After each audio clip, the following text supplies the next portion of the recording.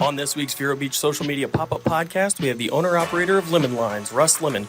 We talk about Vero Beach, Indian River County, and what makes it so special. Give it a listen. You're going to love it. I guarantee it. Here we go.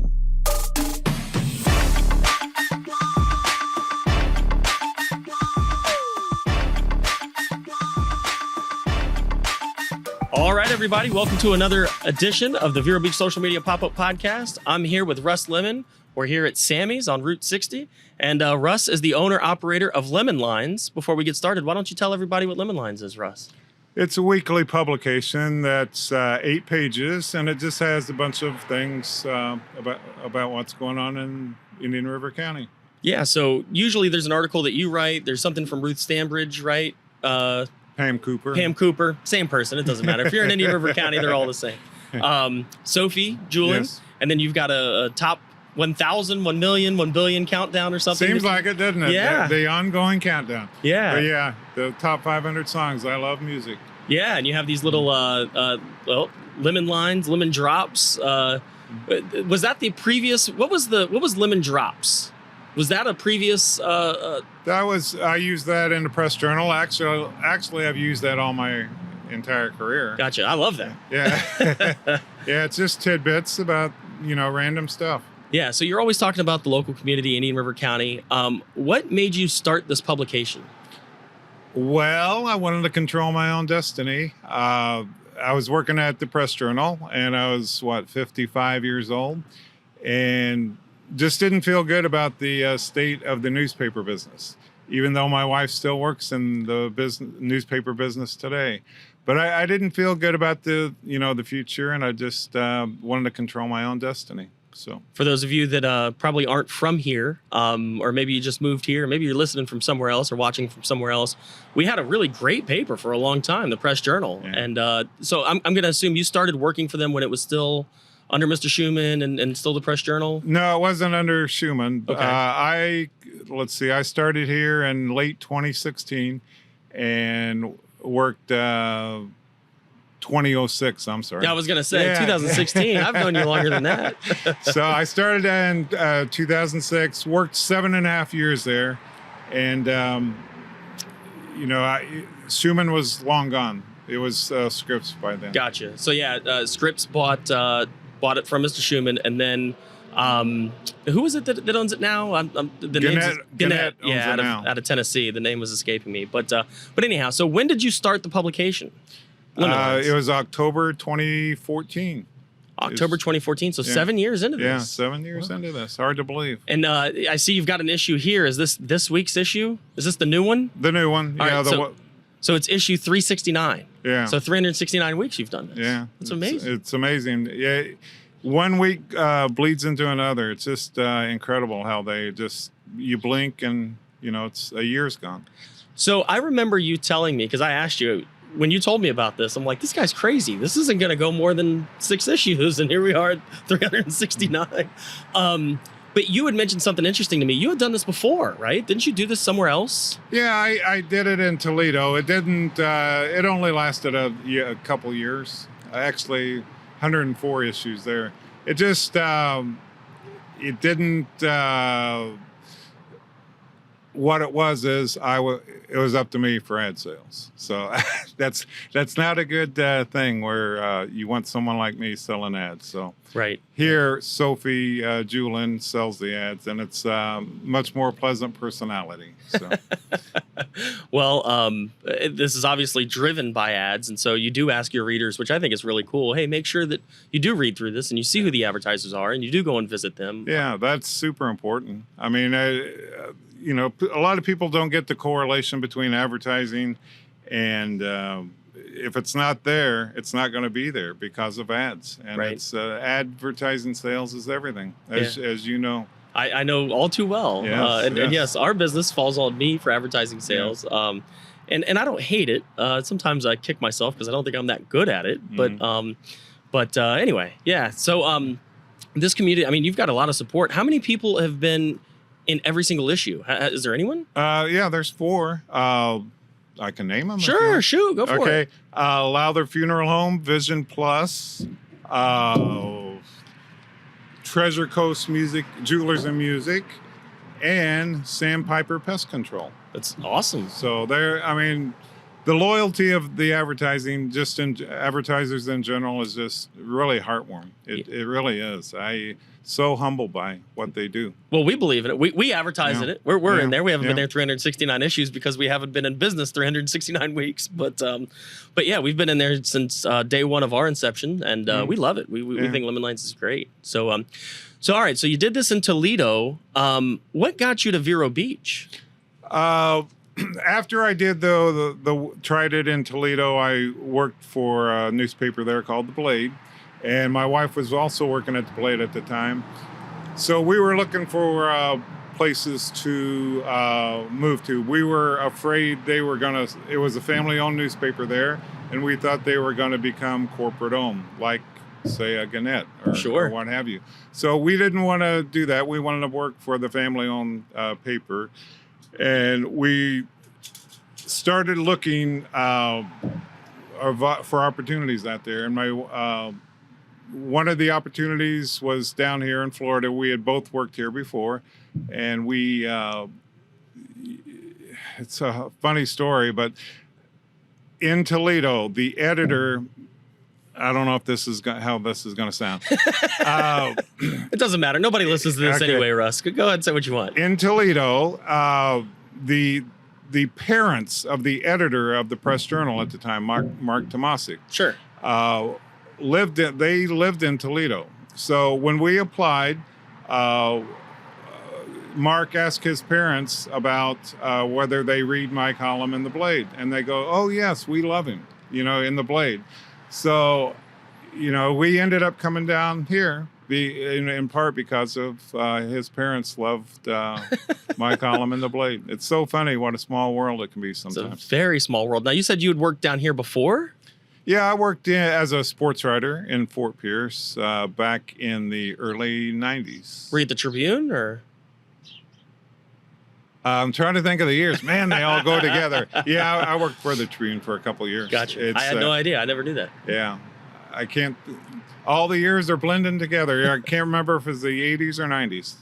So you were in Fort Pierce, and then you ended up in Toledo? Is that? No, okay. I went from Fort Pierce to actually California. And so you got to, in the newspaper business, at least the old newspaper business, you had to move where the jobs were. Sure. And working, I've loved every stop I've ever made. I've worked in Nebraska, worked in our home state of Indiana. Yeah, well. Where else? Well, I laugh. You say our home state. We moved to Florida when I was 6 months old. Yeah, so I'm a Hoosier by birth, but yeah, okay. That still counts. It still counts in the stats. Yeah. Well, I'm still a Colts fan because of it. So and it's funny. We do chat a lot about sports. As a matter of fact, you got me into something, and you do write about this every now and then, but you got me into something for a little while that I still think is one of the coolest things I've ever done, and it's Stratomatic baseball. Oh, yeah. I have a very difficult time explaining to people what Strat is. You've been doing it a long time, so maybe you have a better way of explaining it. Yeah, the only way I explain it is it's a baseball game. It's a board game of baseball. You roll dice. It's like Monopoly. I call it baseball for nerds. Yeah, it really is. Yeah. You gotta love statistics. So to make a short story long and to really get into this description, Stratomatic is a company that produces cards from anybody that's had an at-bat or an inning pitched from the year before, and based on mathematical values and statistics, how you roll the dice determines how the game gets played and what the player does, whether it's a home run or he strikes out or whatever happens. And it's really cool. I played it with you for 2 or 3, maybe even 4 years. Yeah. And it's a lot of fun. I kind of got out of it due to time constraints, but you just won a tournament last week, 2 weeks ago? I sure did. Yeah, man. In Orlando. It was in Orlando, and there were 10 guys there from all around the state.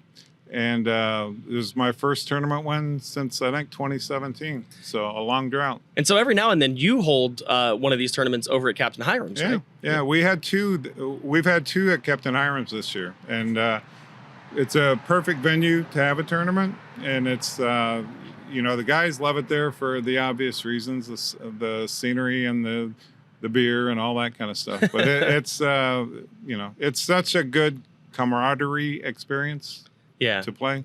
Yeah, well, like I said, nobody listens to this. That's obviously a joke. Not a lot of people listen to this, but the people that do are sometimes my friends, and my friends are interested in baseball. So I figured maybe, you explaining a little bit about Stratomatic and it's all been that. around since 1961 or two, and it's all based on probabilities. If you love statistics, you love Stratomatic baseball. And that's me in a nutshell. Yeah. So I did like it.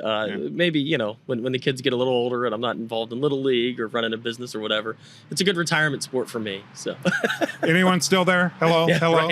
Right, exactly. So, all right. So a little bit more about Lemmon Lines. When you started this on your own. It was just you, but you've mentioned Sophie 2 or 3 times in here. Talk to us about Sophie, what her involvement is. I know she writes an article in there. Give us a little background on her. Yeah, Sophie's been with us for 2 years now, which is hard to believe. But I couldn't ask for a better employee. I really couldn't. She is old school as far as work ethic goes. She knows what she's doing now. I mean, she's just blossomed. Each day she gets better and better. Yeah, I love her little quips in there. My wife owns an online boutique, and she wrote a story about different side hustles. Side hustles, yeah. So my wife's also a full-time employee at the hospital as an MRI tech, but she does this. But it was great because it highlighted 2 or 3 different businesses. I mean, these are legitimate businesses where these people are just trying to make an extra buck, or it's a passion for my wife. It's if it was for making money, we'd be in big trouble. But yeah, it was a really cool article. Where does she get the ideas and the concepts for the stuff that she writes?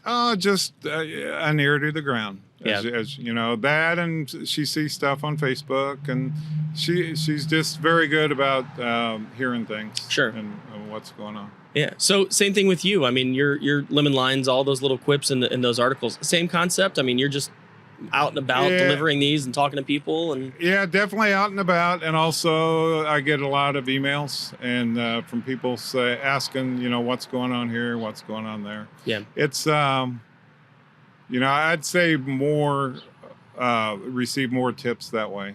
Gotcha. Than just ear to the ground. Gotcha. You definitely have the scoop on all the planning and zoning stuff going on. Sometimes I'm on planning and zoning, and I'll open this and I'll learn something that I didn't know, and I'm like, wait a minute, how did I not know this? And Russ knew this. But yeah, you do a great job of the research and all the stuff that we see there. It's a real easy read. I mean, literally, it's probably a 2-minute read every week. Yeah. Which, if you don't have 2 extra minutes, it's. We started it just for people to read something while they're waiting in line to get their food, or waiting for people at restaurants. And I said it was going to be a fun read. I wanted it to be a fun read, and I think it's been that. So it's 8 pages. Have you ever? It is 8, correct? It is 8. Okay. Have From you day ever? one, Have week you ever one. considered expanding that to 10, 12, 14, 16? Well, sure. There's a little thing called ad sales, though, and it's well, I mean, you could make the ads bigger. You could put more content in there. The ad sales is so tough. Yeah. It's so tough to get this to 8 pages. So to get it from 8 to 12, you got to increase in increments of 4. We can't increase by 2 pages. Sure. As an example, we have to increase by 4 pages, and that's just a tough order right there to do. Gotcha. Yeah, so I'm just thinking to myself, like, how could you get to 12? And really, it is just getting more advertisers in there. Yeah, and it's, we could not go to 12 now based on 8 pages worth of ads. Sure. It just wouldn't pay for itself. So how many of these issues do you guys produce? We print 2,000 each week, but more than one person usually reads an issue. Sure. They read it at a restaurant and put it back. Gotcha. Yeah. I've done that many times. As a matter of fact, when our office used to be over by Michael's on 7th, which before that was Brain Freeze, I would go across, I'd get a cup of coffee, I'd look at it, and I'd put it right back in the magazine rack. But I was a reader with, for 0 issues. Yeah, I think some industry standard is like 2.5 read each issue. Gotcha. All right, so you're looking at about 5,000 readers on the print side, but you also have a digital aspect of this. Yeah. Talk to us about that. How do you subscribe? Lemmon, go to lemmonlines.com. It's 2 M's on lemon, LEMMON, LIN as in Nancy, ES.com. You can go there, subscribe, and you'll receive a weekly email that has the link. Sure. It's just basically a reminder. Hey, we're here. click on the link in the new issue. Now, do you still mail these out? There were some people that... Okay. Yeah, actually, I was just stopped at the post office before here. We mail between 800 and 1,000 directly to homes each week. So, and the other 1,000 are printed and distributed? Yeah. The other, whatever's left is, I want to say we have like 40, 45 locations that you can find us. And how far north do you go? Just Sebastian, Roseland. Roseland, okay. Yeah. I mean, that's the northest-most spot. And then how far south?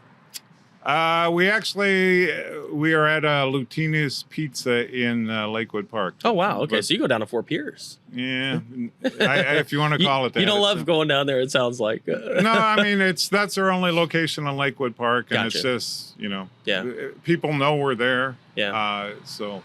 Are there any thoughts to expand to a wider geographical area, or you just like staying in Vero and Sebastian? And definitely Indian River County only. Gotcha. I mean, I wouldn't know what's going on in St. Lucie or Brevard. There's another news publication. I won't bring up their name or anything because they're probably, in a way, competitors of both of ours. But they started here, and then now they've got a thing in Sebastian, and a thing in Melbourne, and a thing in Fort Pierce, and it's like...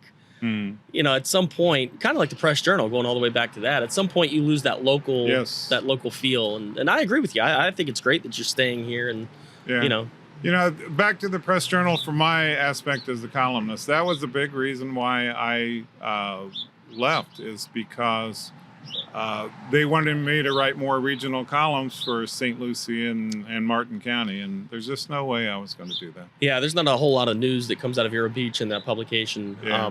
I remember I do the broadcast for the high school baseball team here, Vero Beach High School, and I was talking to John Santucci, and I said, man, how come you're not up here more often? At the time, Vero was on the verge of a Final Four appearance, which they didn't get to. But, they were one of the best high school baseball teams I'd ever seen, and I hadn't seen a single article about them. And he says, well, our sports staff is one. It's me. Yeah. And he's got to go all the way down to Stewart. He's got to do, from Stewart all the way up to Sebastian. And it's tough, man. I get it. I really feel for those columnists and those guys. Yeah. Especially when you're trying to stay local and you're trying to stay true to the area. So. Yeah, and that's, I would never abandon readers in Indian River County. And that's what I felt like I would have been doing if I'd stayed at the Press Journal. Yeah.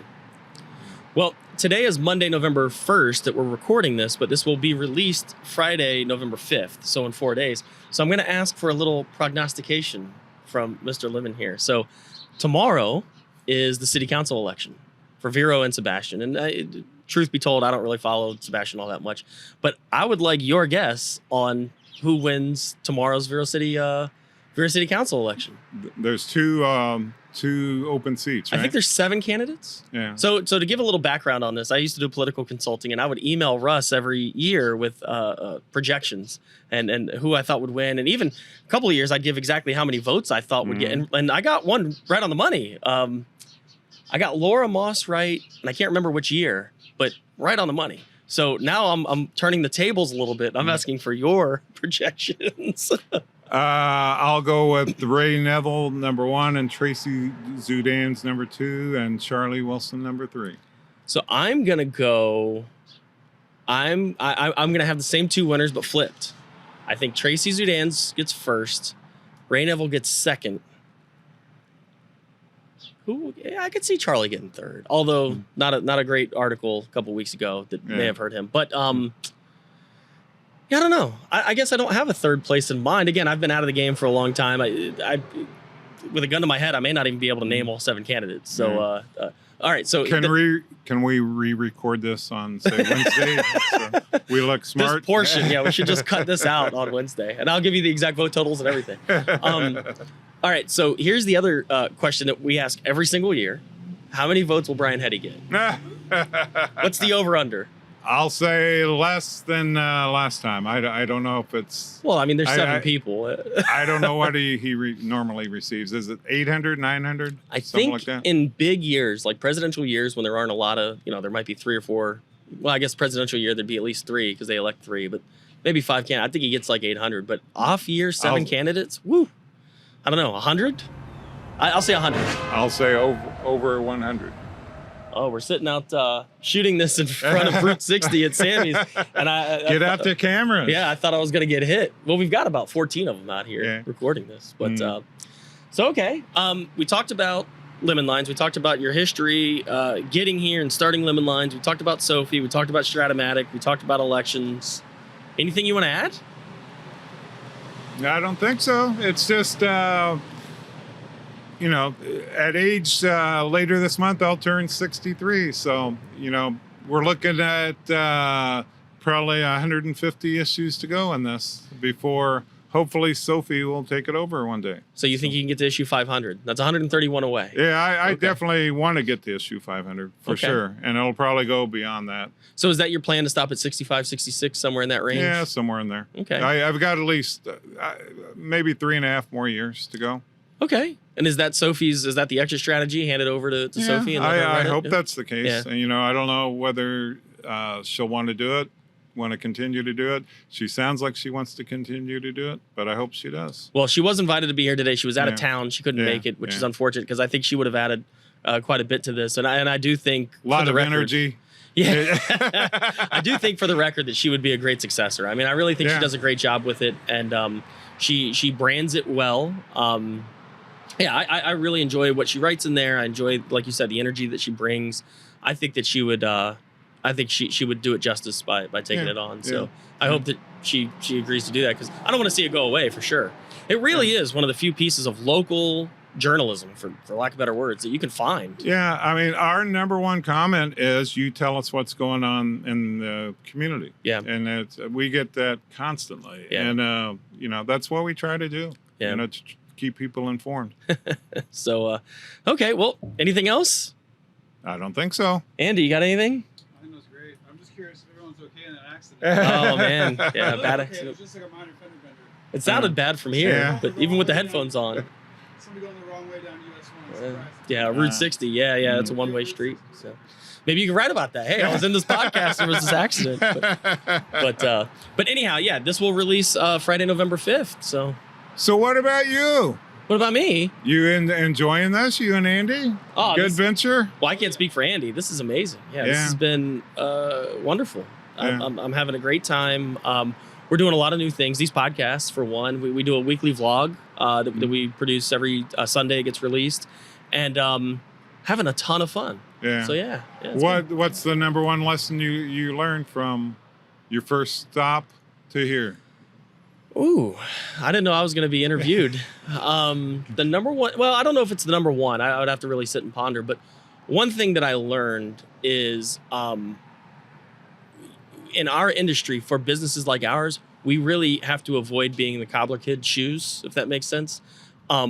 We have to focus on a lot of content and stuff like that for ourselves. And that's really where the podcast and the vlog kind of came from. What's interesting is now we're beginning to produce podcasts for clients, which I never thought we would get into. So to spin off of that, the other lesson that I learned from that is don't put yourself into a box. Yeah. It was always, hey, this is what we do, this is how we do it, and that's it. And we're learning to evolve, which I think is good. Yeah, so, that's very important. Yeah.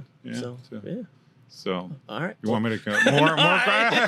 Again, I was not expecting to answer any questions, but what about Andy?